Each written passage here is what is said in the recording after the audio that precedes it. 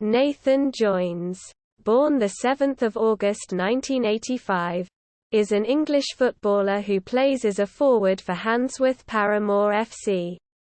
Joynes came through the youth ranks with his hometown side Barnsley. His first team debut came on 23 April 2005 against Port Vale while still a trainee. Joynes replacing Simon Johnson as a second-half substitute in 5-0 away defeat for Barnsley. Joynes was given his first professional contract in September 2005.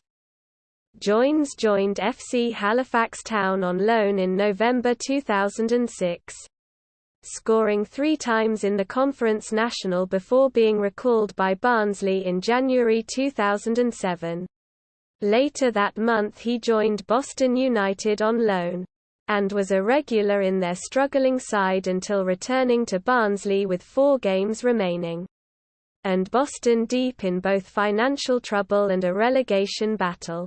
In July 2007 Joynes joined recently relegated League Two side Bradford City on loan until 1 January 2008. He played 2 league games before he returned to Barnsley.